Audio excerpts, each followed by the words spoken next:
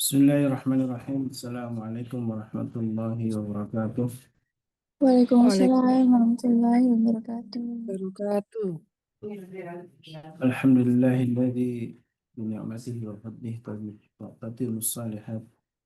Alhamdulillahilladzi anzala as-sakinata fi qulubil mu'minin liyazdadu imanan ma'a imanihim.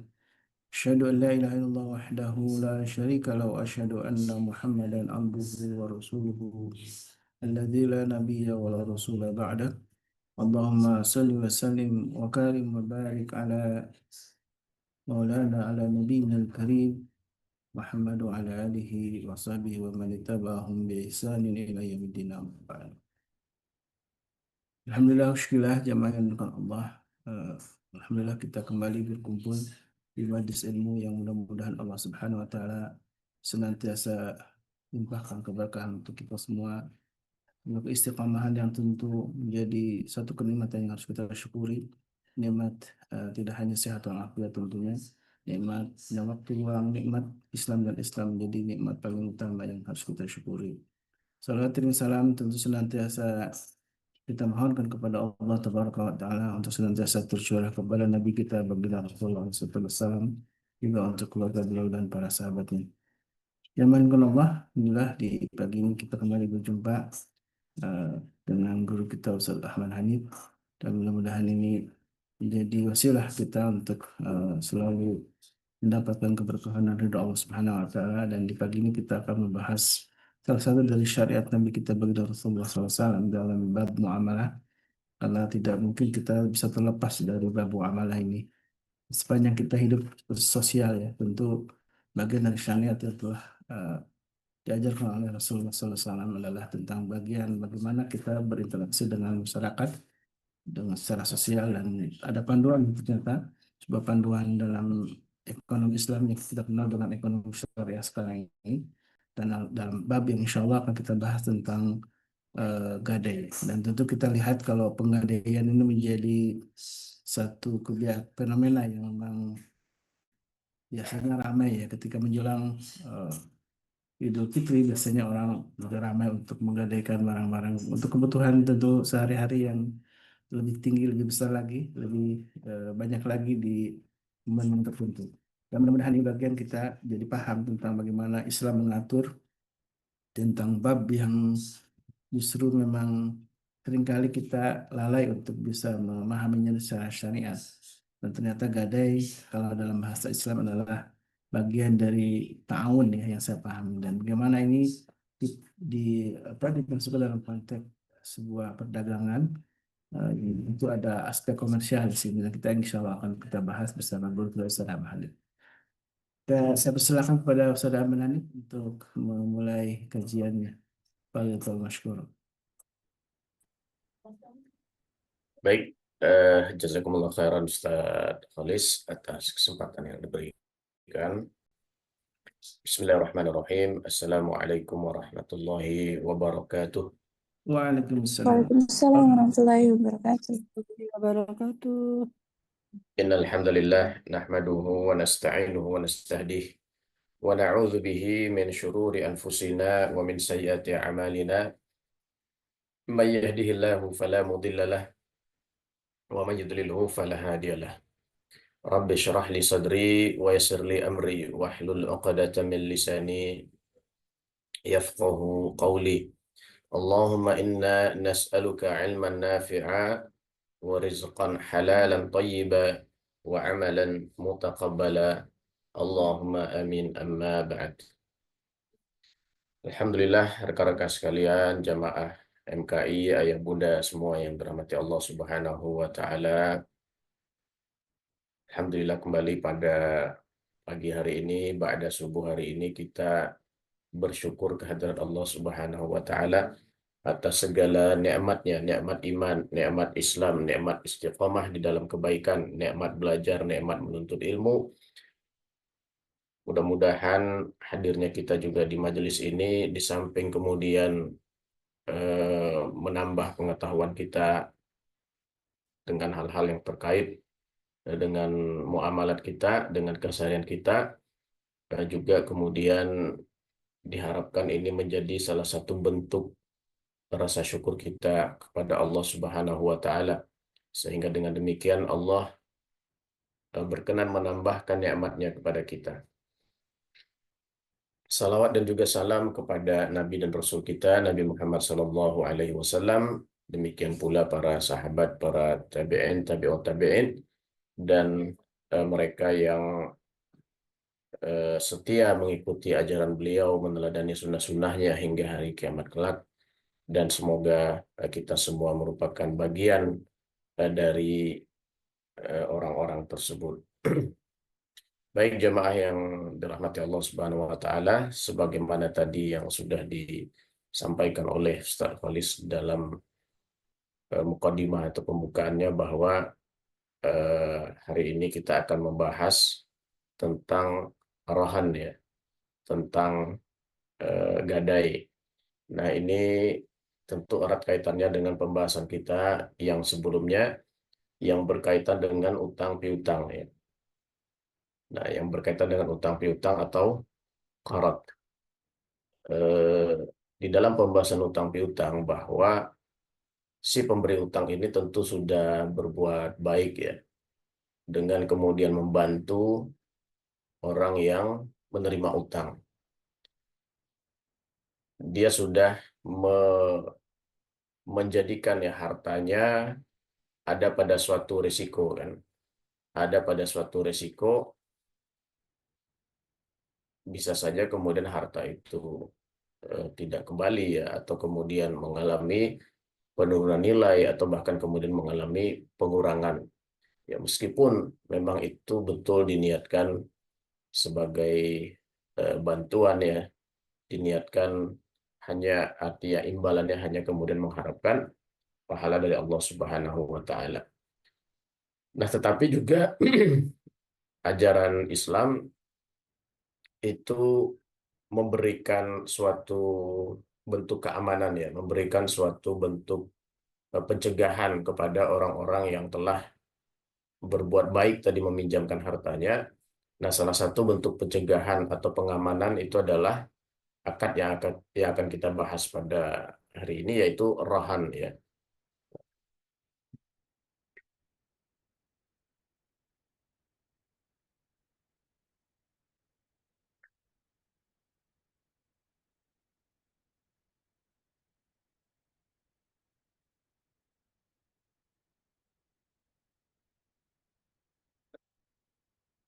Nah, di mana rahan secara bahasa artinya adalah menahan. Nah, jadi kalau dalam bahasa Arab secara umum rahan itu artinya menahan atau menjamin, ya. Di dalam Al-Quran Allah Subhanahu wa taala berfirman terkait dengan kata-kata rahan ini, kullu nafsin bima kasabat rahinah. Setiap jiwa itu tertahan dengan apa yang dia lakukan, ya, atau terjamin dengan apa yang dia lakukan. Nah, artinya di akhirat nanti bagaimana nasib kita itu tentu akan ditentukan oleh apa yang dahulu pernah kita lakukan di dunia. Nah, itu arti rahan secara bahasa. Adapun dalam konteks fikih, rahan berarti menjadikan harta tertentu sebagai jaminan utang. Menjadikan harta tertentu sebagai jaminan utang. Yang mana kemudian kalau seandainya utangnya itu gagal bayar, maka dapat dieksekusi dari jaminan tersebut atau dapat dibayarkan dari jaminan tersebut. Berapa yang akan dibayarkan tentu sesuai dengan nilai utangnya, ya. Kalau ternyata kemudian jaminannya berlebih, maka sisanya tentu harus dikembalikan kepada pihak yang memiliki jaminan, yaitu pihak yang berutang. Kalau seandainya nilainya kurang, tentu pihak yang pemberi utang itu, atau pihak yang menerima utang atau yang memberikan jaminan itu bertanggung jawab untuk kemudian melengkapi kekurangan utangnya. Nah, itulah yang dimaksud dengan rohan, atau hari ini kita mengenal dalam bahasa Indonesia dengan gadai, ya.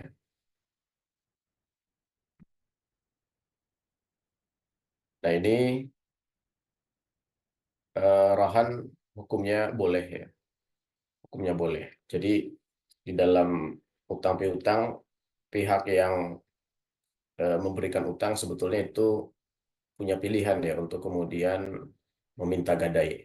Nah, hukumnya boleh. Atau juga punya pilihan untuk tidak. Nah, jadi hukumnya adalah boleh. Eh, Dalilnya firman Allah Subhanahu wa taala surat Al-Baqarah ayat 283.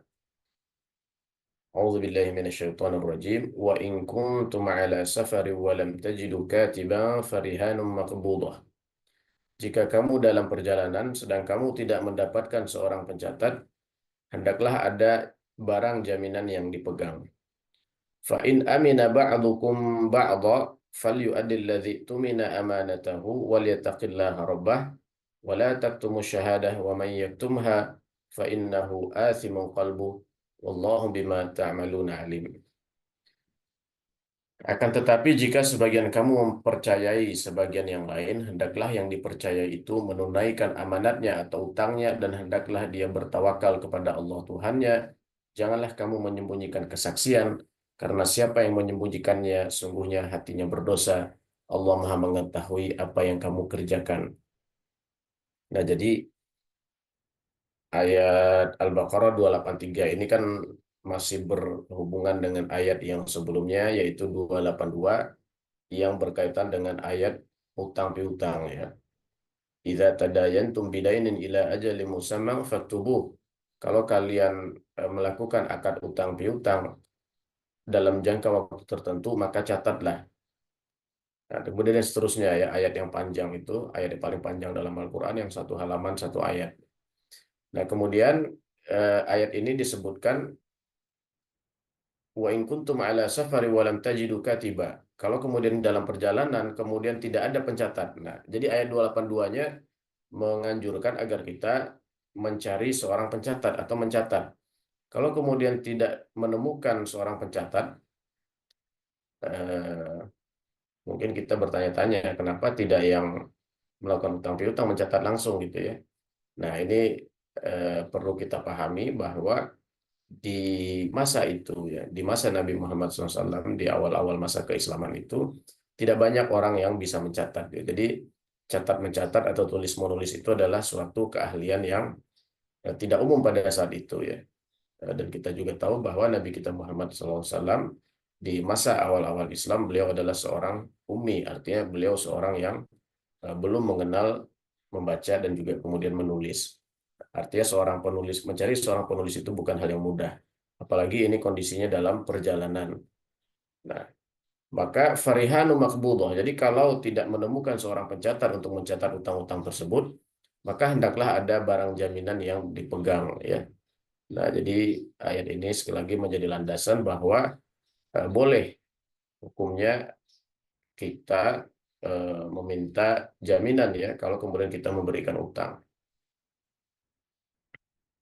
Nah, jadi walaupun ayat ini bahasannya terkait dengan perjalanan, konteksnya dalam perjalanan, tetapi hukumnya itu umum ya.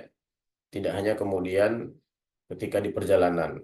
Ketika dalam situasi normal pun tidak dalam perjalanan, itu juga dibolehkan kemudian meminta jaminan atas hutang.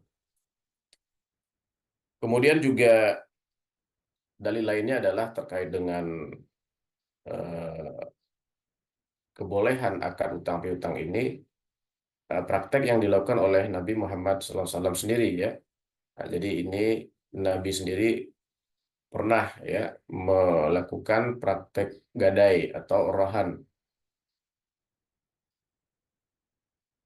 Di hadis ini bisa kita lihat yang ada di layar. Ini adalah apa yang disampaikan oleh istri beliau Aisyah radhiyallahu anha, bahwa Nabi Muhammad SAW membeli makanan dari seorang Yahudi ya. Jadi nah ini beliau bertransaksi dengan seorang Yahudi dengan berhutang. Jadi tidak dengan tunai. Jadi beliau beli makanan itu hutang, tidak dibayar, belum dibayar ya. Dan kemudian beliau menjadikan baju besinya sebagai jaminan. Nah, atas utang jual beli tersebut, beliau jadikan baju besinya sebagai jaminan. Nah, artinya kalau Nabi sendiri pernah melakukan, tentu itu hukumnya boleh gitu ya. Nah, itu terkait dengan hukum syar'i terkait dengan rahan atau gadai.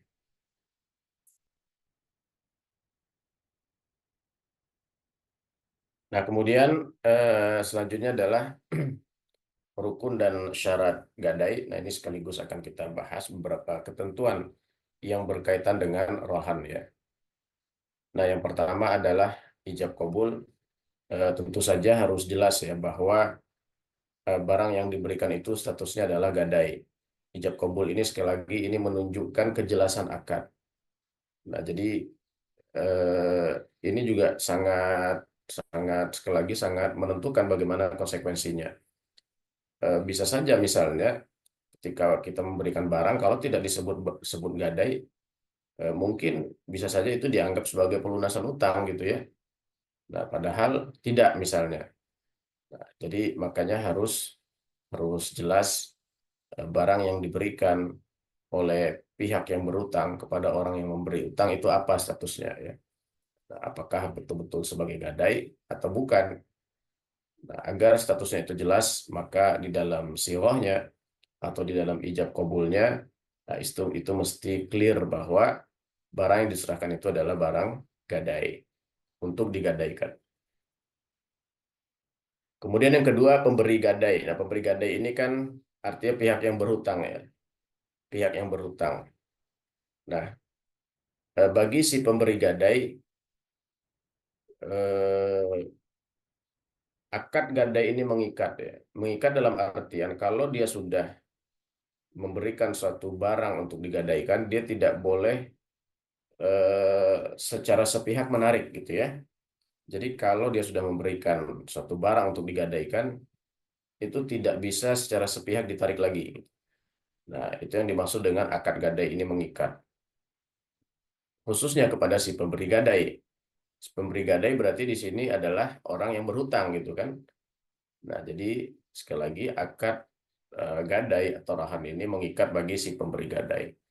Nah, dia boleh menarik gadainya atau kemudian membatalkan gadainya kalau sudah dilakukan itu dengan persetujuan penerima gadai atau persetujuan orang yang memberikan utang ya. Nah, adapun bagi si penerima gadai ini akad ini tidak mengikat. Dia itu menjadi hak dia apakah dia boleh ya menolak misalnya gadai yang diberikan atau dia mungkin tidak mau ada gadai boleh ya. Bagi seperti itu ini bedanya bagi si penerima gadai dan pemberi gadai. Bagi si pemberi gadai ini mengikat kalau sudah dilakukan tidak bisa dia batalkan secara sepihak. Sedangkan bagi penerima gadai ini akad gadai ini pilihan. Tanpa persetujuan si pemberi gadai pun dia bisa tidak menerima atau kemudian membatalkan akad gadai. Nah, kemudian yang keempat terkait dengan harta yang digadaikan ya atau marhun ya terkait dengan harta yang digadaikan. Nah, harta yang digadaikan ini tentu eh, pertama hartanya harus harus hak yang diakui harta di dalam ajaran Islam ya. Sesuatu yang tidak diakui sebagai harta dalam ajaran Islam, baik karena statusnya yang najis misalnya atau statusnya yang haram, maka itu tidak dapat dijadikan sebagai gadai ya. Nah, misalnya kita menjadikan miras ya sebagai gadai itu tidak bisa atau menjadikan babi misalnya sebagai gadai itu juga tidak bisa ya ataupun kemudian barang-barang atau harta lainnya yang statusnya itu di dalam ajaran Islam tidak diakui sebagai harta gitu ya.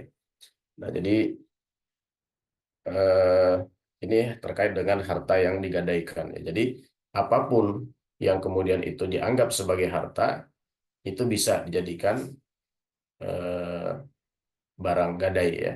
Nah, kemudian selain itu bahwa status harta yang digadaikan ini adalah milik si pemberi gadai ya. Nah, jadi sekali lagi status harta yang digadaikan pada hakikatnya itu adalah milik si pemberi gadai.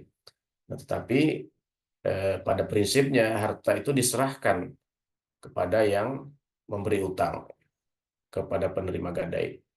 Nah, jadi kesimpulannya bahwa segala biaya yang terkait dengan, katakanlah kalau harta tersebut membutuhkan perawatan misalnya, kalau harta tersebut, nah kalau contoh misal ternak ya itu kan butuh diberi makan, itu pada hakikatnya tanggung jawabnya ada si pemilik aslinya, ya ada pada pemilik aslinya itu si pemberi gadai, karena harta itu adalah milik dia pada hakikatnya gitu ya. Kemudian status dari barang gadai yang ada pada si penerima gadai, statusnya itu adalah amanah. Apa yang dimaksud dengan amanah? Amanah di sini artinya statusnya seperti barang titipan, ya. Kalau kemudian eh, barang tersebut tanpa ada kelalaian dari si penerima gadai, misalnya rusak atau hilang, maka dia tidak dibebankan tanggung jawab, ya.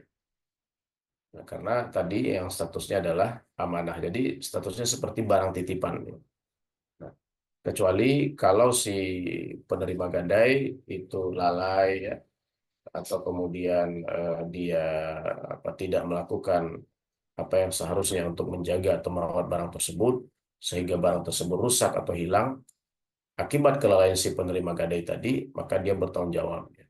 Nah, bahkan bisa saja itu dinilai sebagai pengurang atau bahkan pelunas hutang dari si pemberi gadai. Kemudian status pemanfaatan barang gadai, ya, atau harta gadai. Karena tadi gadai pada prinsipnya adalah milik dari si pemberi gadai, maka si penerima gadai, ya, dua-duanya, ya, bahkan dua-duanya ini, pemberi gadai dan penerima gadai pada prinsipnya tidak boleh memanfaatkan. Pemberi gadai kenapa dia tidak memanfaatkan? Karena itu akan beresiko, ya, terhadap harta yang digadaikan tersebut. Risiko mungkin rusak, atau risiko berkurang nilainya, atau risiko bahkan hilang gitu ya.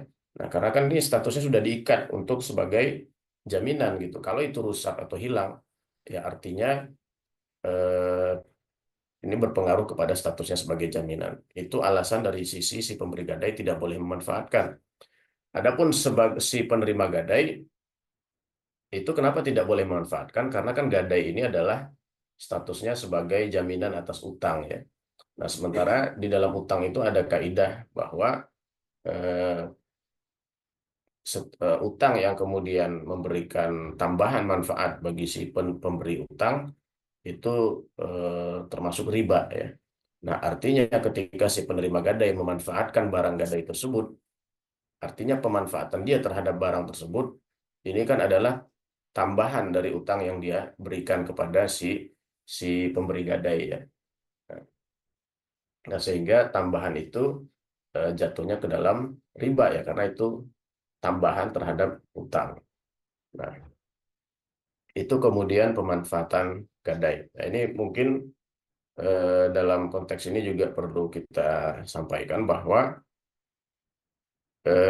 ada suatu fatwa, ya, di ulama-ulama hari ini, termasuk di MUI juga, eh, ada namanya barang gadai, tetapi status barang gadainya itu memang milik si penerima gadai, tetapi diatasnamakan ke si ya, tetapi diatasnamakan gitu ya ke si pemberi gadai misalnya. Seperti kalau kita membeli secara kredit misalnya, ya, motor atau apa, ya itu kan biasanya, atau misalnya kita bahkan rumah pun gitu ya.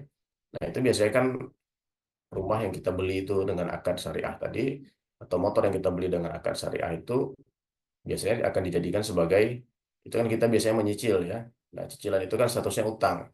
Nah, biasanya rumah ataupun motor yang kemudian kita beli itu dijadikan sekaligus sebagai jaminannya, ya, sebagai jaminannya. Nah, tetapi kan dalam hal ini berarti walaupun dia jaminan, statusnya dimanfaatkan, ya, dimanfaatkan oleh si pemberi gadai dengan apa? Tetapi dengan persetujuan si penerima gadai. Karena kan penerima gadai statusnya adalah lembaga keuangan, ya, karena kan apa? Dia yang memberikan utang. Nah, ini dalam hal ini dalam fatwa para ulama itu diperbolehkan ya. Tapi tadi kita hanya menyampaikan secara prinsip fikihnya. Nah, kemudian juga para ulama juga mengecualikan ya dalam prinsip pemanfaatan gadai tadi kalau seandainya tadi kan kita sampaikan bahwa si pemberi gadai itu yang bertanggung jawab ya terhadap biaya ataupun perawatan dan segala macam yang berkaitan dengan harta gadai. Nah, tetapi kalau seandainya biaya itu dibebankan ke penerima gadai, ya, maka si penerima gadai boleh memanfaatkan sesuai dengan biaya yang dia keluarkan. Jadi kalau dia mengeluarkan biaya untuk penyimpanan, untuk kemudian perawatan misalnya, maka dia boleh memanfaatkan sesuai dengan biaya yang dia keluarkan. Atau dengan kata lain, ya, kalau seandainya si penerima gadai ingin memanfaatkan gadai tersebut, ya dia membayar kepada si pemberi gadai ya, eh, sesuai dengan harga yang berlaku. Nah, kemudian berikutnya adalah utang. Ya, sekali lagi, tentu gadai ini berkaitan dengan utang ya. Tidak ada, walaupun misal praktek hari ini orang datang ke pegadaian, dia belum berutang gitu kan. Dia belum berutang. Tetapi tentu tidak ada gadai tanpa akad utang piutang. Nah, memang betul tadi seperti disampaikan oleh Ustaz Khalis juga bahwa aslinya gadai ini bukan akad yang berdiri sendiri dan dia bukan akad yang komersil ya aslinya. Bukan akad untuk me- apa, mengambil keuntungan gitu ya. Nah, tetapi hari ini juga praktek gadai ini juga sudah menjadi suatu bisnis gitu ya. Sudah menjadi suatu bisnis. Nah, memang MUI memfatwakan seperti seperti yang tadi kita sampaikan eh, bahwa apa tanggung jawab dari pemeliharaan barang gadai itu ada pada si pemberi gadai karena dialah pemiliknya gitu ya. Nah, inilah yang menjadi kalau di dalam gadai syariah ya inilah yang menjadi pendapatan bagi pegadaian biasanya ya. Jadi kalau gadainya itu syariah, pendapatannya bukan dari bunga utang yang diberikan, karena utang yang diberikan itu kan tidak boleh ada tambahan. Nah, tetapi penghasilannya adalah dari biaya perawatan yang dibebankan kepada si pemberi gadai ya.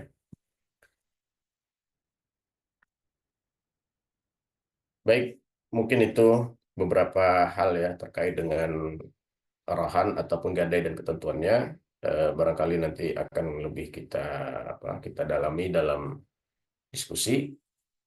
Saya kembalikan ke Ustaz Khalis. Wallahu a'lam.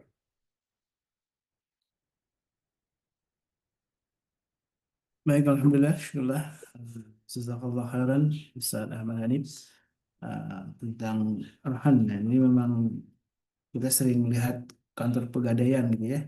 Eh, apa namanya menyelesaikan solusi tanpa masalah apa namanya istilahnya ya.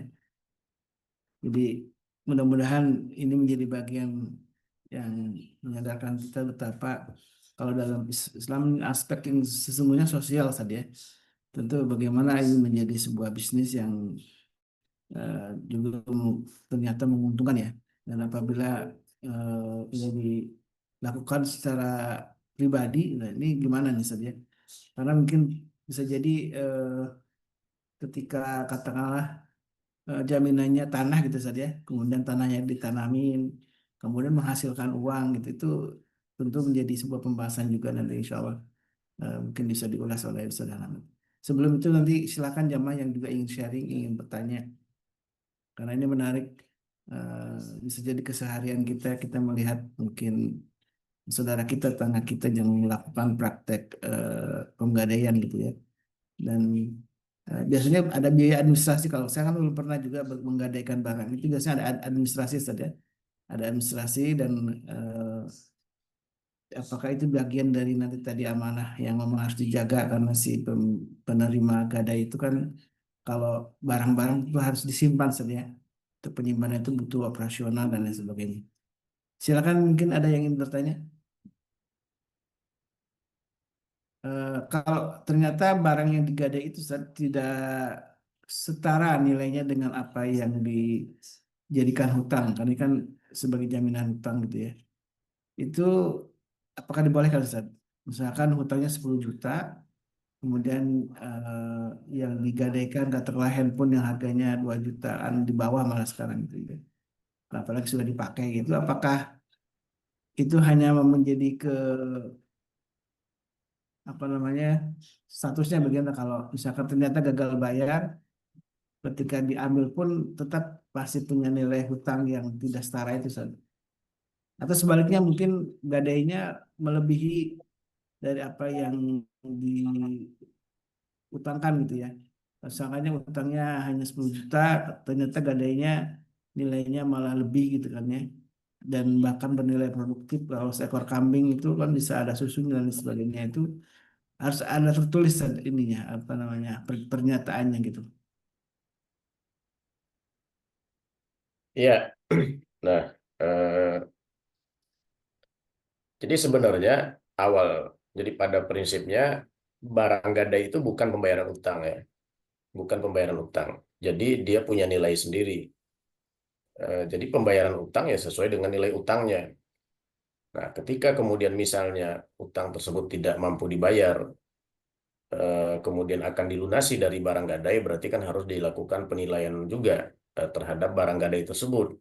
Kalau Iya. memang nilainya belum mencukupi, seperti contoh tadi, ya berarti masih tersisa utangnya gitu ya, masih ada 8 juta lagi utang yang harus dibayarkan. Kalau ternyata nilainya lebih, nilai barang gadainya lebih, ya berarti eh, sisanya dikembalikan kepada si pemilik barang tersebut gitu kan. Nah, tidak tidak otomatis ya harta gadai itu sebagai pelunas utang, tidak otomatis kecuali memang disepakati bahwa nilainya sama gitu. Nah, jadi ini juga harus kita pahami juga bahwa sekali lagi status barang gadai ini kan sebagai sebagai nanti istilahnya mitigasi gitu ya untuk menghindari resiko gagal bayar utangnya. Jadi bukan sebagai pembayar utangnya gitu. Nah, pembayar utangnya ya nanti dibayarkan lagi. Kan kalau utang kemarin qarat kita sebagaimana yang kita bahas dibayar senilai sesuai dengan nilai utangnya gitu kan. Nah, jadi sekali lagi kelebihan dan kekurangan dari barang gadai ya berarti menjadi kewajiban atau menjadi hak orang yang berhutang gitu. Dan itu kalau di ayat tadi kan sebenarnya sebagai pengganti ketika tidak ada persaksian saja atau memang dua-duanya bisa dilakukan satu. Oh iya, ya itu memang walaupun sekali lagi walaupun ayatnya itu berkaitan dengan pencatatan ya ataupun kesaksian, tetapi konteks ayat itu atau hukum ayat itu tidak hanya ada dalam konteks itu ya, tetapi hukum ayat itu kemudian meluas ya, dalam akad utang piutang apapun, baik utang piutang ini kan biasanya itu ada dua munculnya. Pertama tadi dari awal memang itu utang piutang atau itu dari pembayaran jual beli yang belum dituntaskan misalnya kan. Nah, itu semuanya bisa kemudian kita menggunakan rohan ya, baik dengan akad dari awalnya adalah akad utang piutang atau yang dikenal dengan farat, atau misalnya itu adalah kewajiban yang muncul dari akad jual beli. Dua-duanya bisa dipakai dan ya tentu baik dicatat ataupun tidak dicatat itu dua-duanya bisa ya. Dan utang tadi kalau saya coba pahami saja kan si penerima gadai ini bisa mendapatkan manfaat saja dari apa jaminan katakanlah dari resminya itu. Katakanlah misalkan si pemberi rohani ini menggadaikan apa namanya pohon alpukat katakanlah gitu ya.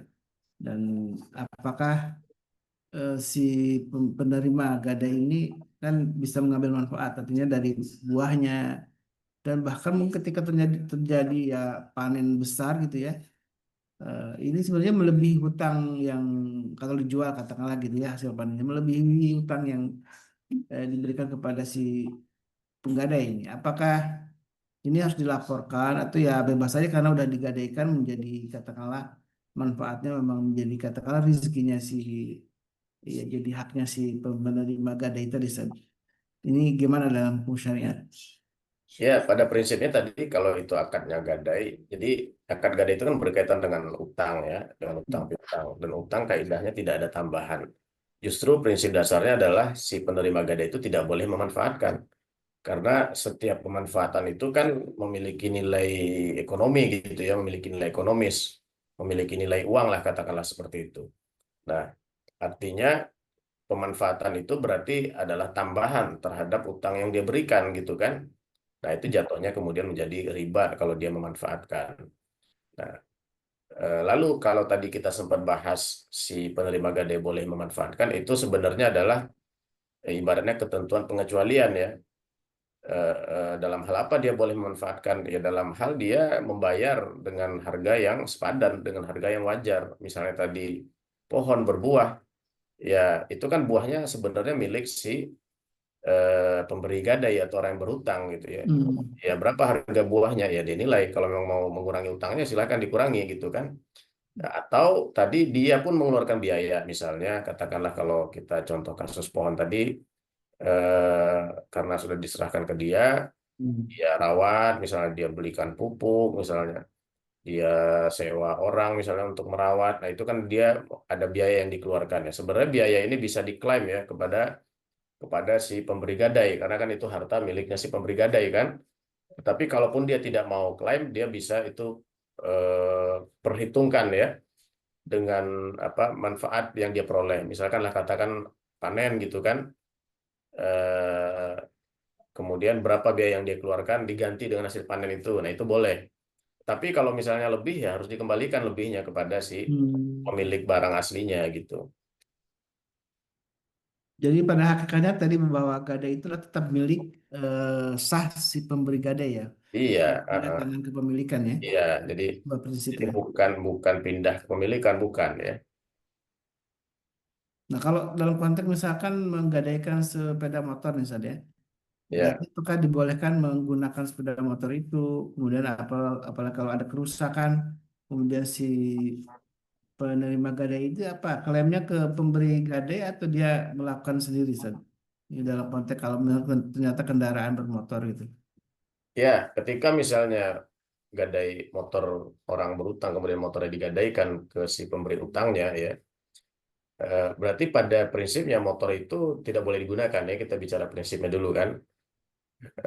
Motor itu agar apa? Kenapa tadi kan prinsipnya itu tidak boleh digunakan agar kemudian ibaratnya ini kan sebagai jaminan atas utang gitu ya. Kalau misalnya digunakan kan nanti khawatir entah rusak atau kemudian hilang gitu ya. Nah, sehingga kan apa ya status dia sebagai jaminan kalau kan berkurang kalau rusak atau apalagi kalau hilang gitu ya. Nah, itulah pada prinsipnya gadai itu memang diserahkan kepada si penerima gadai, tetapi pada prinsipnya tidak boleh dimanfaatkan ya karena statusnya jaminan dia akan berkurang atau bahkan hilang kalau kemudian digunakan. Nah, tetapi memang dalam beberapa barang itu harus digunakan gitu ya. Harus digunakan supaya dia awet kan gitu. Justru misalnya kalau tidak digunakan malah rusak. Seperti tadi motor misalnya. Nah, karena tadi status hak miliknya adalah hak milik si pemberi gadai, kalau si penerima gadai menggunakan, ya ibaratnya itu ada sewanya harusnya gitu ya. Ada sewanya. Ya, sewa tadi bisa dia bayar dengan dia merawat, misalnya dia ganti olinya ya, atau kemudian dia servis misalnya, ya atau dia bayarkan uang ibaratnya uang sewanya kepada si pemiliknya gitu ya, atau yang menyerahkan motor tadi sebagai barang gadaian. Seharusnya seperti itu gitu ya, walaupun ya mungkin ini agak praktek yang kita sayangkan juga gitu ya, eh, yang bahkan kadang-kadang masyarakat itu menganggap normal gitu ya, atau menganggap wajar, padahal eh, justru sangat dirugikan sekali kan sebetulnya orang yang memberikan gadainya gitu, memberikan barang gadainya. Jadi boleh dimanfaatkan dengan ketentuan diberi izin gitu Ustaz ya. Iya, Secara dibolehkan Bukan hanya sekedar diberi izin ya, tapi pemanfaatan itu kan ada nilainya itu ya. Ibaratnya kalau ada nilai ekonomisnya, nah itu yang harus diserahkan ke pemilik aslinya gitu.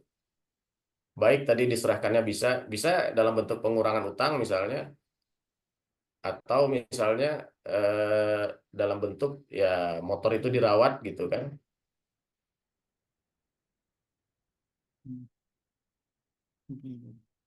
Dan tidak boleh misalkan ketika gagal bayar dengan kemudian apa namanya dijual begitu saja, Ustaz ya. Apakah sudah berubah status nggak ketika si pemberi gadai gagal bayar dan mungkin katakanlah menghilang gitu, Ustaz ya. Dia sudah apa namanya, menggadaikan sepeda motor. Ini statusnya seberapa lama bahwa barang ini masih jadi hak milik si pemberi gadai ketika dia gagal memberikan komitmen untuk membayar, dan apakah dibolehkan si penerima gadai itu menjual barang tersebut, Ustaz? Iya dibolehkan kalau memang sudah jangka waktunya ya, artinya sudah melewati jangka waktu utang piutangnya, ya itu boleh ya, boleh. eh, Terserah nanti siapa yang akan menjual. Tetapi tadi eh, nilainya itu nilai yang diterima oleh si penerima gadai atau yang memberikan utang ya sesuai, tidak boleh lebih dari utangnya gitu ya. Nah, jadi misalnya atau katakanlah tadi utang 5 juta, kemudian gadai motornya laku 10 juta, lalu diambil semua ya oleh si penerima gadai. Itu tidak boleh gitu. Itu sama dengan mengambil hak orang lain berarti itu, ya. Ya, heeh. Waduh, bahaya nih, jadi memang harus dipahami jamaah yang dengan Allah. Ketika kita menerima gadai dari mungkin saudara kita, tetangga kita yang berhutang ke kita, nah dengan hati-hati karena itu amanah, barang itu jangan hilang ya. Ketika hilang menjadi tanggung jawab si penerima gadai gitu ya. Dan tentu ada konsekuensi pemeliharaan, bisa dicas dalam bentuk tadi apa namanya, memanfaatkan tapi dengan tanda petik, tidak boleh kemudian menjadikan itu menjadi milik pribadi gitu ya. Tetap itu adalah eh, milik si pemberi gadai gitu ya. Silakan, ada yang lain mungkin yang ditanyakan? Masih ada waktu sekitar 15 menit. Kita ngobrol bersama Ustaz Ahmad Hanif. Dan kalau dalam praktek sehari-hari memang kelihatan kalau begadai itu jadi sebuah bisnis tadi ya. Ya, ya kalau konvensional itu kan dia memang bisnisnya dari utang piutangnya gitu ya. Hmm. Kalau begadai konvensional ya dia dari utang piutang yang berbunga kan. Nah, jadi penghasilannya dari situ. Kalau gadai syariah, dia ngambil ngambil penghasilannya atau pendapatannya dari biaya pemeliharaan. Nah, jadi misalnya kita datang ke Pegadaian Syariah, katakanlah laptop gitu ya, kita kita kita pinjam 5 juta, kemudian kita gadaikan laptop misalnya. Nah, laptop itu kan karena statusnya milik kita, berarti kan ditaruh di situ gitu ya. Nah, itu kan butuh biaya, ya istilah biaya penyimpanan gitu ya. Nah, dari situ biasanya atau ya memang dari situ Pegadaian Syariah itu mengambil istilahnya pendapatan gitu ya, bukan dari utangnya. Utangnya sendiri tidak boleh bertambah.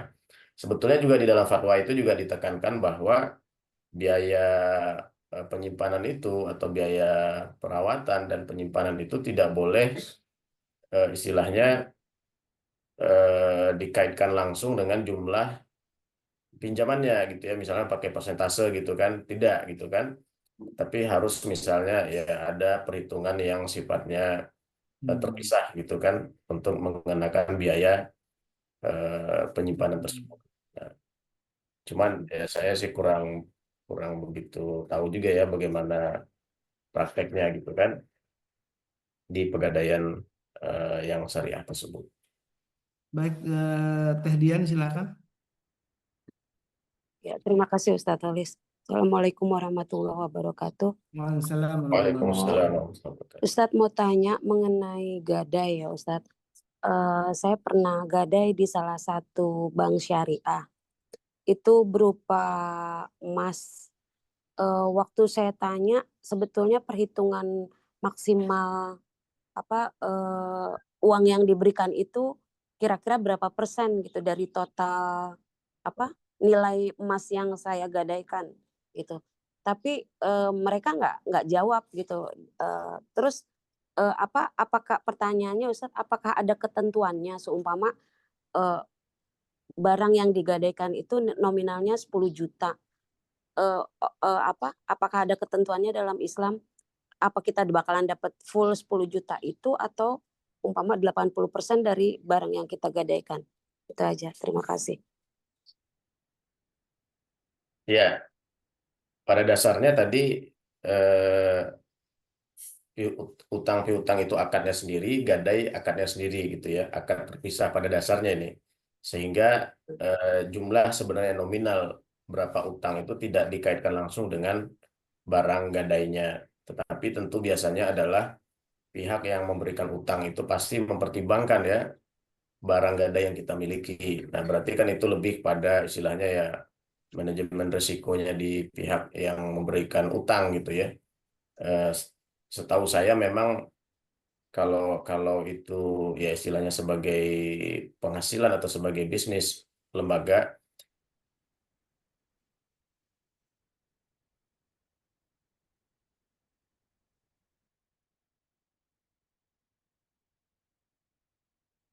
kita Karena suaranya hilang ya. gadaikan gitu ya tidak akan lebih. Pasti itu boleh-boleh saja gitu ya. Walaupun kalau dalam ketentuan fikihnya tidak ada ketentuan yang mengharuskan ya atau yang melarang.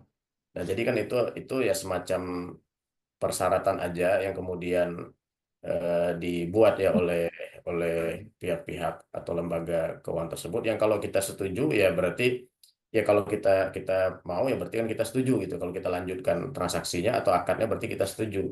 Ya kalau tidak berarti kan ya tidak jadi. Tapi sekali lagi secara fikih itu tidak ada ketentuan seperti itu. Tadi bahwa kalau seandainya hutang kita dilunasi dengan barang gadai pun kalau kurang ya masih tetap harus menambah gitu ya. Kalau lebih ya kelebihannya kembali kepada si pemilik harta atau pemberi harta gadai. Jadi sekali lagi eh, mengenai jumlahnya, mengenai ini ya sebenarnya dari sisi fikih itu adalah hal yang terpisah gitu ya. Nah, tetapi memang praktek gadai hari ini pasti si pemberi utang itu akan mempertimbangkan berapa nilai gadaiannya dan untuk mengamankan utangnya ya dia biasanya tidak mau lebih kan gitu. Allah alam ya. Ini Terima kasih Ustaz. jelas ya Berian ya. Iya, terima kasih Ustaz Ini Alis. dari Bu Nova nih. Ini kan ternyata memang Pegadaian juga bermain juga dijual emas di sana nih. Apakah terpisah dari praktek pegadaian atau memang diboleh-bolehkan saja kalau lembaga gadai walaupun syariah gitu ya, itu melakukan jual beli emas gitu, Ustaz? Iya, walaupun namanya pegadaian ya, pegadaian, tapi memang ya saya juga memperhatikan ya istilahnya usahanya tidak hanya gadai gitu ya, termasuk ini menjual menjual emas gitu ya. Eh, Ya selama syarat dan ketentuannya Tidak terpenuhi melanggar ya, aturan. khususnya misal pegadaian syariah gitu ya, ya boleh ya. Misalnya contoh kita jual beli emas itu kan emasnya harus benar-benar ada gitu ya. Nah, kalau Pegadaian ini kan memang lembaga istilahnya BUMN ya kalau nggak salah ya, BUMN dan juga ada beberapa bank syariah juga yang itu menjual emas, yaitu emasnya itu memang emas real ada gitu ya. Nah, artinya ya istilahnya eh, walaupun kita tidak miliki secara fisik, katakanlah kita miliki dalam bentuk rekening kita gitu, tapi pada prinsipnya secara prinsip itu emas fisiknya ada dan itu milik kita dan tidak diperjualbelikan kepada pihak lain gitu ya. Nah, kalau itu bisa terjamin ya itu boleh-boleh saja gitu, sah gitu ya. Ya, kalau dan karena memang Pegadaian ini salah satu tadi ya lembaga pemerintah yang ya biasanya mereka kan diatur secara ketat gitu ya, diawasi ya dapat kita ya insya Allah masih bisa lah kita kita percaya gitu. Yang perlu kita hati-hati memang kalau ada lembaga-lembaga yang tidak jelas gitu ya, tidak jelas, yang kemudian menjual emas ya, yang kemudian disimpan dalam bentuk akun digital. Ya kita kan nggak tahu nih kepemilikan emasnya gitu kan, eh, apakah real atau tidak gitu ya. Nah, kalaupun real misalnya mungkin emasnya itu diperjualbelikan berulang kali. Nah, ini kan kita nggak tahu. Ya, jadi saran saya kalau memang kita ingin membeli emas tetapi eh, akunnya itu dalam bentuk digital tadi, ya harus dipastikan penyelenggaranya itu memang istilahnya resmi, legal gitu ya, eh, dan mengikuti ketentuan sesuai dengan ketentuan syariah gitu ya. Wallahu a'lam. Seringkali kita lihat lelang barang gadai ini, Ustaz. Dan ini bisa jadi mungkin dari penggadaian konvensional gitu kan barang yang digadai ini. Apakah ketika kita ikuti lelang gadai ini, apakah harus dipastikan ini sumbernya dari penggadaian syariah atau penggadaian konvensional, Ustaz? Apakah ini jadi pengikat dalam memahami eh, penggadai apa namanya syariat ini, Ustaz? Ya, nah ini akad jual beli itu terpisah lagi ya dari akad gadainya. Ketika misal barang gadai itu dijual, berarti ini terpisah lagi. Ya pada prinsipnya sih selama akad jual belinya sah, objek yang diperjualbelikan halal, misalnya tadi emas gitu ya. Kemudian juga cara kita bertransaksinya juga sesuai syariah. Walaupun tadi utangnya ya, katakanlah utangnya itu pegadaian konvensional, itu pada prinsipnya tetap tetap sah, ya, tetap boleh gitu. Jadi transaksi yang berbeda gitu ya. Artinya Ya, ketika dia melakukan lelang gadai itu tetap dibolehkan. Cuma ya, kita dari si penjual pembeli ya, pembeli gadai ini kita mencari barang-barang gadai ini, maka ya, harus memastikan bahwa ini pure dari gadai syariah ataukah kalau dari gadai yang konvens pun dibolehkan karena tidak berbeda akal saja. ya, dibolehkan, dibolehkan. Dibolehkan. Kecuali memang kitanya apa ya, ya istilahnya warok ya. Kalau warok itu kan kita menghindari lah hal-hal yang meskipun itu boleh, tetapi kita ibaratnya itu lebih kepada komitmen kita pribadi gitu ya. Katakanlah misalnya, ya saya tidak ingin, ibaratnya itu kan karena lembaga konvensional gitu ya. Saya tidak ingin istilahnya terlibat dengan bisnis dengan dia misalnya. Itu silakan, itu pilihan pribadi, sifatnya komitmen pribadi, dan itu tentu lebih sangat baik gitu ya. Iya. Semacam ada orang yang tidak mau bertransaksi sama sekali dengan bank kompen itu. Padahal mungkin Iya, kita hanya istilahnya untuk mekanisme transaksi aja itu kan tetap dibolehkan ya. Dan iya, tertentu ketika kita menjadikan rekening riba itu hanya untuk transaksi dan tidak memberi manfaat itu masih dibolehkan nggak Ustaz? Karena ini menjadi fenomena ya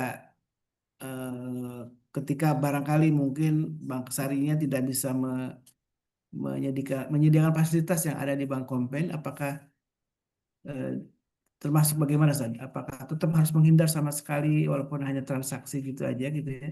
Kan pengiriman uang ya bisa lewat bank konven gitu kan? Itu gimana San? Hukum secara hukum, apakah kita justru ikut menyuburkan yang ribawi gitu tadi dengan cara terlibat dalam transaksi seperti itu? iya. Ya, kalau secara hukum hukum fikihnya, kalau transaksi itu boleh gitu ya, walaupun lembaganya itu konvensional, misalnya tadi kita hanya untuk transfer gitu ya, kemudian kita membayar biaya transfernya, atau katakanlah misalnya kita safe deposit ya, safe deposit box ya, kita kita menyewa tempat penyimpanan ya, itu kan sebenarnya akad-akad yang boleh ya, meskipun lembaganya itu katakanlah lembaga konvensional gitu ya. Ya pada prinsipnya tidak masalah gitu ya. Akadnya itu adalah boleh gitu kan.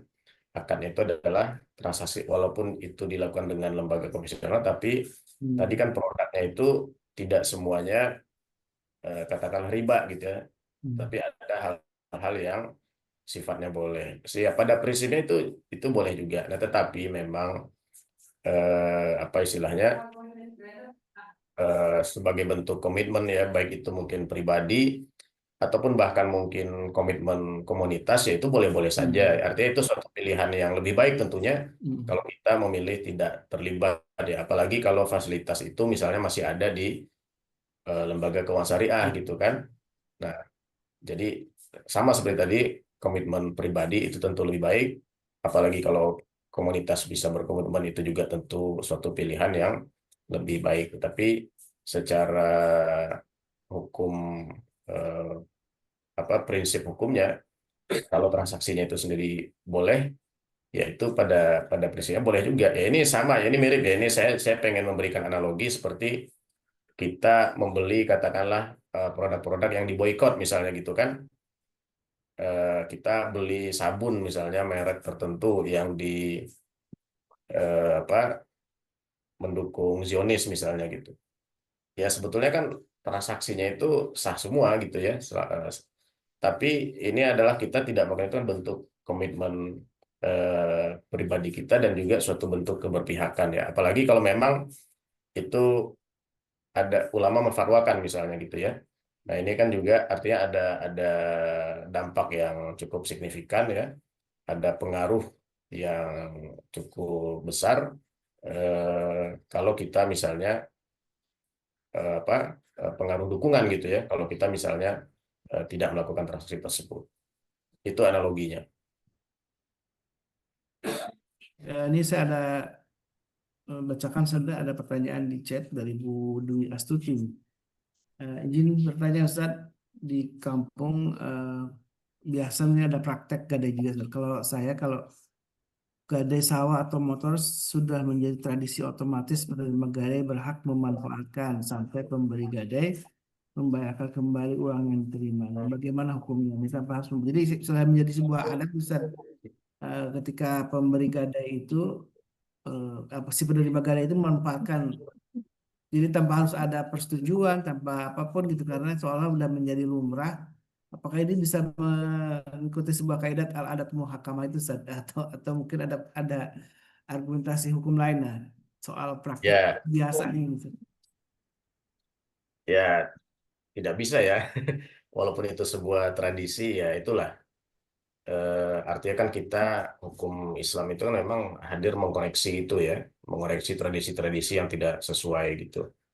Eh, dan saya rasa itu umum ya, bukan hanya di daerah ya, seperti tadi itu. Eh, ya, Budui ya, bukan, tapi juga umum ya. Ya memang ini sangat disayangkan memang. Eh, ya kita dengan belajar ini paling tidak kita yang ada di sini ya bisa bisa paham, dan kemudian ya mudah-mudahan kita bisa mempraktekkan ya, kita berusaha untuk kemudian mempraktekkan, dan juga itu sekaligus bentuk edukasi mungkin ya, kalau kita misalnya terlibat dengan akad seperti ini, dengan baik kita sebagai pemberi gadai ataupun kita sebagai penerima gadai, ya ini bisa kita praktekkan sehingga sekaligus bisa menjadi edukasi lah bagi, untuk kemudian ya supaya masyarakat itu bisa paham bahwa tradisi itu tidak sesuai gitu kan. Karena memang ya sangat-sangat dirugikan gitu kan orang yang memberikan gadainya, udahlah dia harus bayar utang gitu ya, kemudian barang dia dimanfaatkan terus-menerus gitu kan, utangnya juga belum lunas kan gitu. Iya, iya. Dan baiknya memang tadi ketika barang itu dimanfaatkan dikonversikan menjadi jasa, apa namanya, sewa Ya, misalnya. ya Dan sewa. tentu sewa itu bisa diakumulatif menjadi pengurang hutang gitu ya. Iya, betul. Jadi pengurang hutang. Jadi ini Bu Dwi, ini jadi sebuah praktek yang ternyata tidak sesuai dengan syariat Islam. Bahwa si penerima, jadi prinsipnya saat penerima gadai itu boleh memanfaatkan atau tidak boleh Seth? Prinsipnya tidak boleh. Tidak boleh, prinsipnya tidak boleh. Prinsip. Boleh memanfaatkan tapi dengan tadi syarat tertentu ya. Iya, Dan tetap harus dihitung menjadi sebuah milik si pemberi gadai, dan itu ada hitungan ekonomisnya gitu. Ketika tadi iya. motor digunakan itu harus ada hitungan ekonomis berapa sewanya, dan itu menjadi pembayar apa namanya, pengurang dari hutang. Dan kalaupun nanti tadi kita misalkan si pemberi gadai itu menggadaikan seekor kambing misalnya, tentu ini juga karena ada pemeliharaan, ada Ya, itu tetap menjadi tanggung jawab si pemberi gadai dan itu bisa dikonversikan sebagai pemberi penerima manfaat nggak, Ustaz? Misalkan gini ya, pemeliharaan hewan itu kan butuh katakanlah taruh sebulan misalkan bisa habis 500.000 gitu saja. Apakah itu bisa dikonversikan dengan mengambil susu bisa, itu ya bisa. harus sama satu setara nilainya ataukah gimana, Ustaz? Nilai nilai ini ya, nilai wajar lah gitu. Kalau di situ Hmm. ada nilai pasarnya ya mengacu ke situ gitu ya. Hmm. Nah, memang dalam utang piutang itu kan biasanya pihak yang berutang itu pihak yang lemah posisinya gitu ya. Hmm.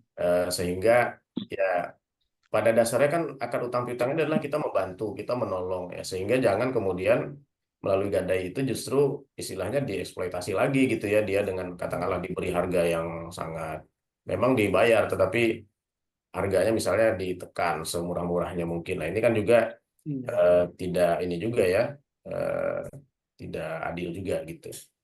Nah, jadi ya maka menurut saya sini yang lebih penting di sini kan edukasi dari pihak yang penerima gadainya itu kan karena dia sebetulnya dalam posisi yang cukup kuat gitu kan karena dia yang memberikan utang.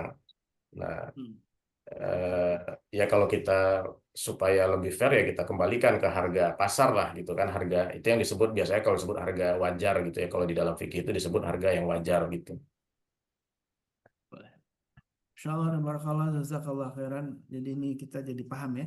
Ternyata praktek yang selama ini kita saksikan di kampung-kampung ternyata melanggar syariat ya. Jadi kalau bisa disampaikan ke mungkin saudara-saudaranya yang biasa melakukan praktek rohani ini atau gadai ini, ternyata banyak sekali pelanggaran syariat ketika kita memanfaatkan barang yang digadai ini dengan sebebas-bebasnya, padahal itu bukan milik kita sesungguhnya, itu dalam hasil milik pemberi gadai, itu hanya sebagai bukti komitmen bahwa ini kita sudah berhutang dan akan dikembalikan gitu ya. Dan ini Ya, bahkan disebut dalam Al-Quran itu sebagai pengganti dari tulis menulis ya, bahwa memang tidak ada saksi ketika memberikan utang piutang itu terjadi utang piutang, padahal kita bisa digantikan salah satunya dengan jaminan. Jaminan itu penting bagi si pemberi hutang untuk keamanan juga dari hartanya gitu ya. Bahwa memang apa namanya terjamin betapa ada komitmen dari si pemberi gadai untuk mengembalikan utangnya.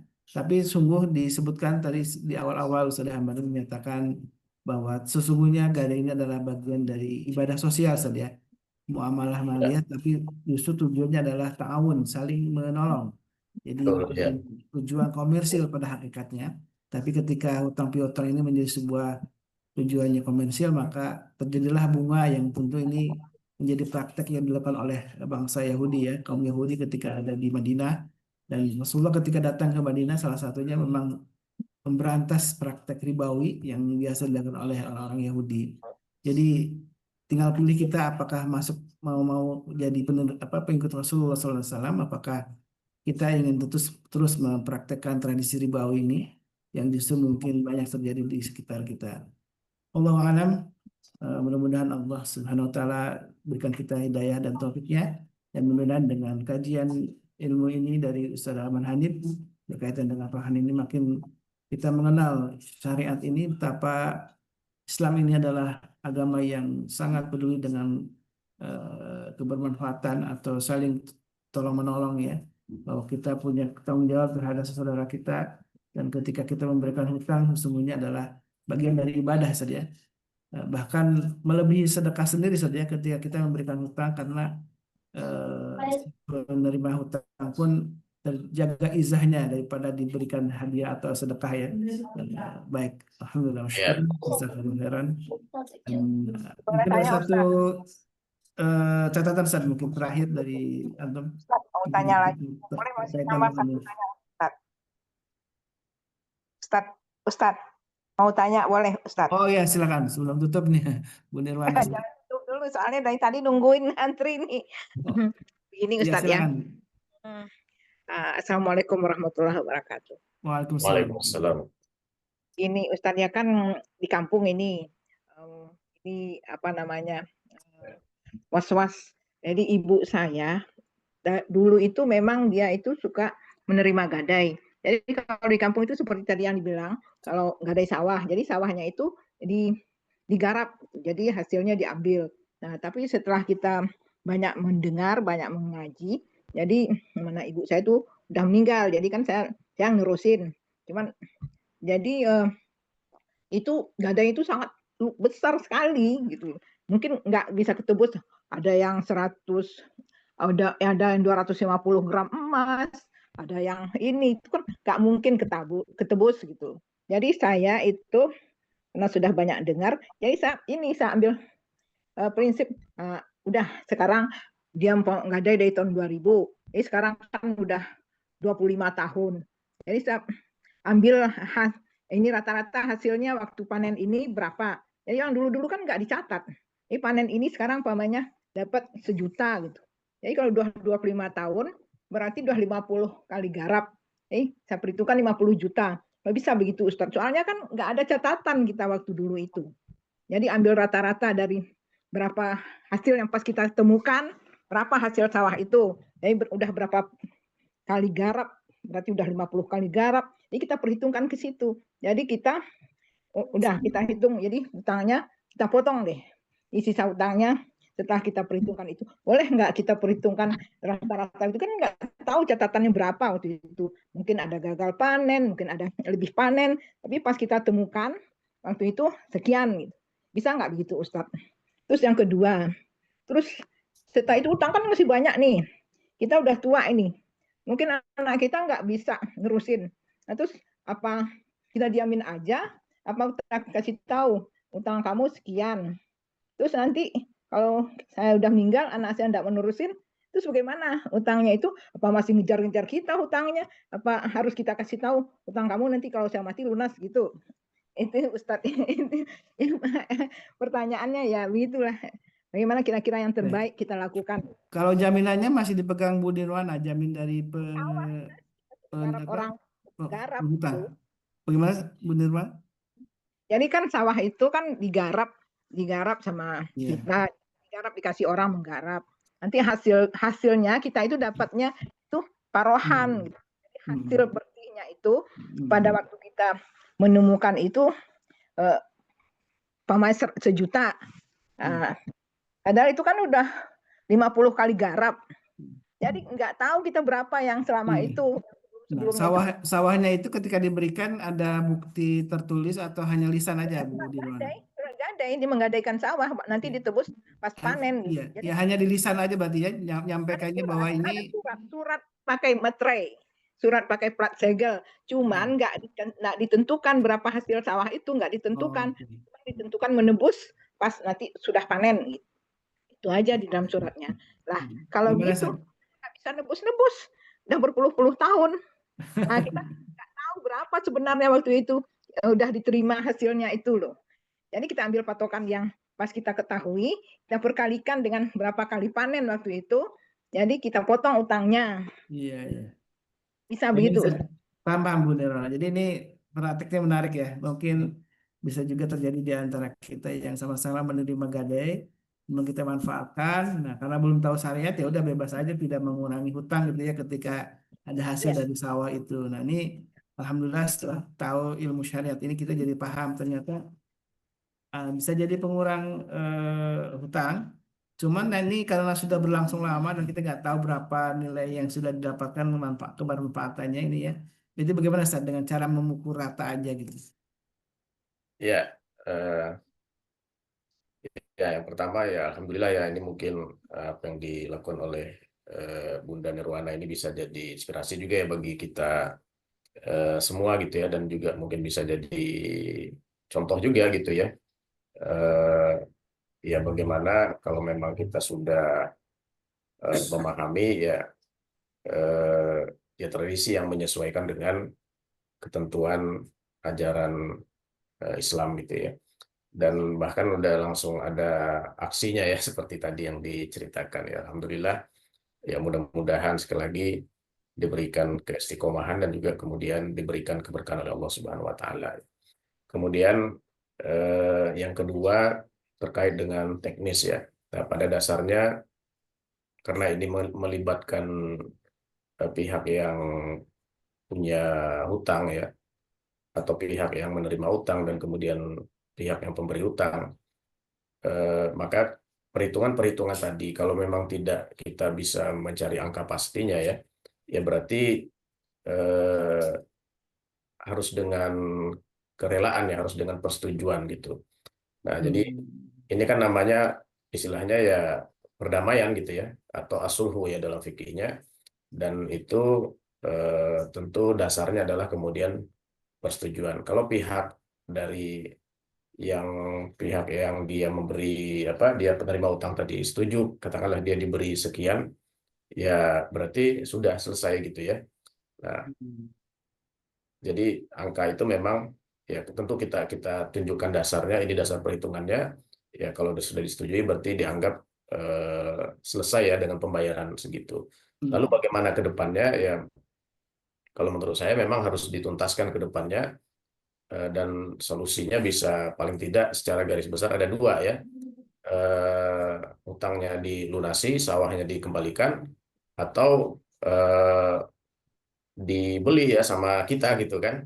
Jadi pembayaran utang dia itu dianggap sebagai bagian dari pembayaran. Nah, tinggal sisanya itu mungkin bisa dibayar dengan hasil panen tadi atau dibayar dengan cara lainnya gitu ya. Ya, jadi memang harus dituntaskan karena kan pada prinsipnya tadi utang itu kan ada jangka waktunya gitu ya. Utang itu ada jangka waktunya dan Nggak berjangka Ustadz. Pokoknya ditebus setelah habis panen gitu. Nggak ada 10 tahun, 20 tahun, 30 tahun, nggak ada jangkanya.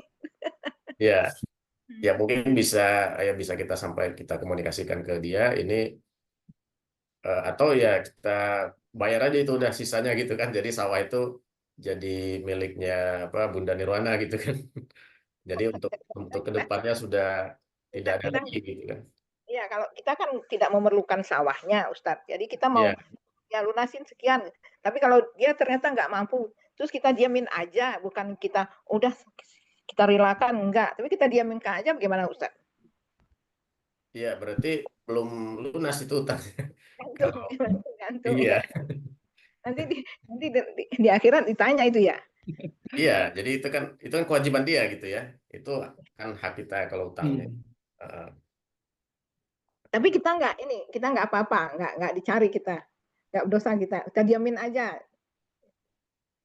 Ya karena itu hak kita. Kalau memang kita relakan ya kita relakan. Kalau enggak ya berarti dia masih akan bertanggung jawab gitu kan. Bukan kita yang bertanggung jawab dia gitu. Tapi kita nggak apa-apa Ustaz ya, kita nggak Iya. dicari. Paling itu Bunda Nirwana mungkin sawah yang tadi digadai ini harus dijelaskan statusnya ya. Karena khawatir nanti ketika kita meninggal, anak anak keturunan kita nggak tahu nih tentang status tanah ini. Nah, ketika tanah gadai atau sawah gadai, dan itu sebelumnya adalah masih milik yang penghutang, dan ini dijadikan mata waris ada ya. Ini kan jadi menjadi harta yang bukan sah milik kita. Dan ini memang harus disampaikan ke anak-anak kita, dan kalau mau memang tadi berbaik hati ya udah dibebaskan hutangnya, sawahnya dikembalikan gitu saja.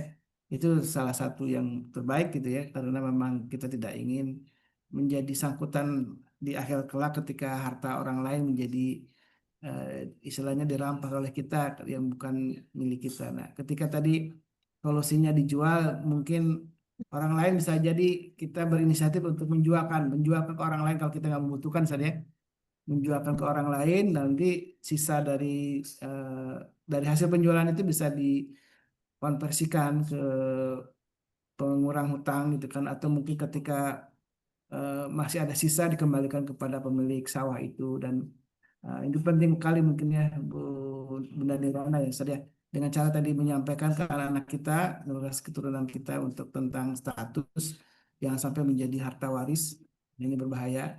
Dan tadi pesannya mungkin disampaikan ada komunikasi lagi dengan si penghutang, jangan sampai dilupakan begitu saja. Baik, jelas ya Bunda ya. Gini Ustaz, jadi anak saya itu nggak, kok kembaliin aja mah, kembaliin aja, kasihin aja gitu, nggak mau ngurusin gitu. Jadi Iya, iya, iya. saya ini yang jadi tanggungan terakhir. Mereka nggak mau, udah kasihin aja, dia nggak tahu berapa nilai yang mau dikasihin itu. bayangan aja Pak, ada yang 250 gram emas, ada yang 100 gram emas, kan kalau dipakai aja Iya, sekarang Apalagi, harganya luar biasa apalagi ya. sekarang ya. Kak Yesel. Insya Allah. Tabarakallah. Baik, mudah-mudahan ini jadi inspirasi juga untuk kita ya, apa yang dialami oleh Bunda Nirwana menjadi Saya nggak cari ya, nggak. perjalanan, pengalaman dan pelajaran untuk kita semua, dan kita bisa mengambil hikmahnya. Alhamdulillah, jazakallah khairan. Udah hampir jam 7, Ustaz. Masya Allah, tabarakallah ya. Ilmunya, nasihatnya, dan tentu menjadi pembelajaran untuk kita semua. Ini tentang syariat itu indah, syariat Islam itu begitu indah dan begitu penting untuk kita pahami. Jangan sampai kita mengaku sebagai umat Nabi Muhammad SAW tapi tidak tahu syariat ini. Baik, jamaah yang dimuliakan Allah, kita tutup majlis ini dengan doa kafatul majlis. Subhanakallahumma wa bihamdika asyhadu an la ilaha illa anta astaghfiruka wa atubu ilaik. Alaikum hadana wa iyyakum. Assalamualaikum warahmatullahi wabarakatuh. Waalaikumsalam warahmatullahi wabarakatuh.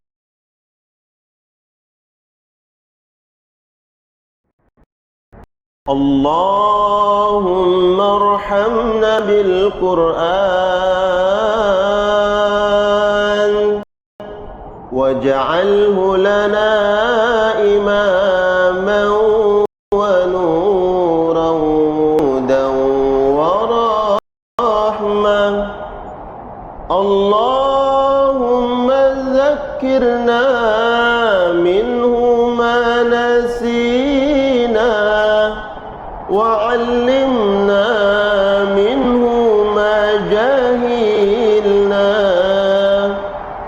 وارزقنا تلاوته آناء الليل وأطراف النهار واجعله لا حجة يا رب العالمين.